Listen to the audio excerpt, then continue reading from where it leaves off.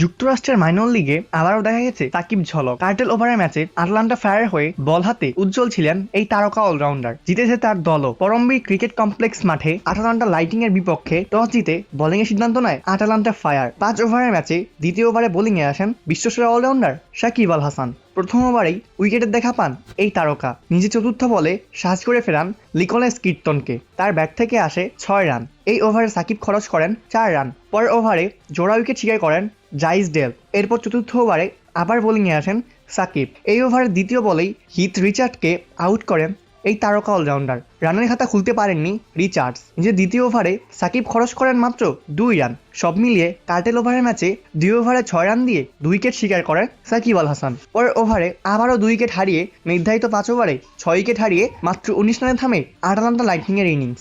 ছোট লক্ষ্য তারায় প্রথম বলেই 4 হাঁকান আটালান্টা ফায়ারের ওপেনার স্টিফেন টেইলর।